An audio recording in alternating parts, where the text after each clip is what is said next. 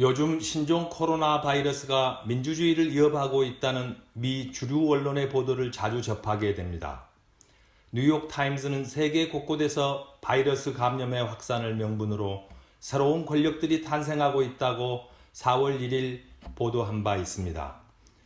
또한 워싱턴 포스트도 사회적 거리두기라는 이름으로 인간의 기본권이 제한되거나 정지되고 있다고 4월 12일 보도하였습니다.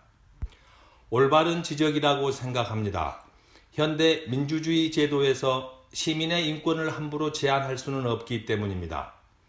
인류가 어렵게 축적해온 민주주의라는 소중한 가치를 지키기 위하여 이러한 지적들이 나오고 있는 것 같습니다. 하지만 여기서 우리는 한 가지 의문을 갖게 됩니다. 그것은 공고하게 정립된 제도나 가치가 새롭게 대두된 사회 현상 앞에서 아무런 수정 없이 유지될 수 있는가입니다.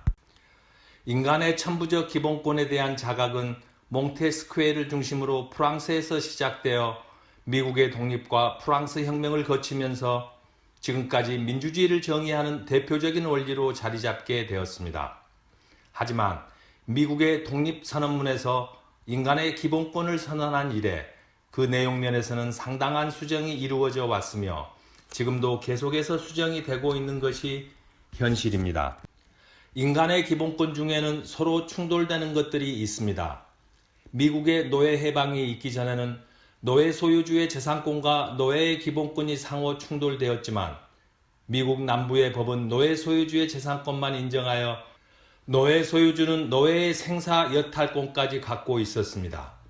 지금은 지구상의 모든 국가가 노예 제도를 인정하지 않습니다. 이제 누가 이것을 재산권 침해라고 주장할 수 있을까요? 현재 진행되고 있는 논의도 있습니다. 바로 흡연권과 혐오권입니다. 불과 몇 년 전까지만 해도 저는 근처 스포츠바에서 좋아하는 에일 맥주를 마시며 담배 한 대 피우는 것이 낙이었습니다. 지금은 제가 거주하는 곳의 지방정부가 이를 금지하고 있기 때문에 이마저도 포기하고 있습니다.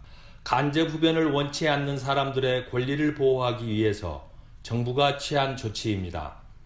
저도 흡연자이지만 이 때문에 제 기본권이 제한받고 있다 생각하지 않습니다. 코로나 바이러스 확진자의 격리 수용은 주거 이전의 자유에 대한 침해입니다.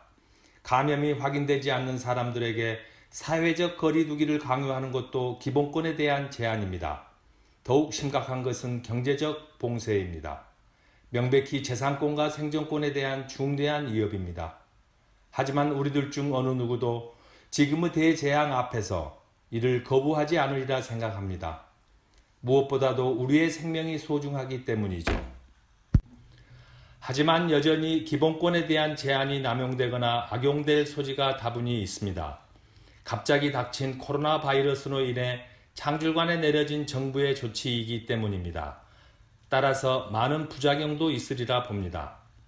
지금이라도 사회적 논의를 시작해야 할 것 같습니다. 이제 공중보건에 대한 일반 시민의 권리를 보장하기 위한 기본권 제한의 범위와 한계를 정할 때가 된 것입니다.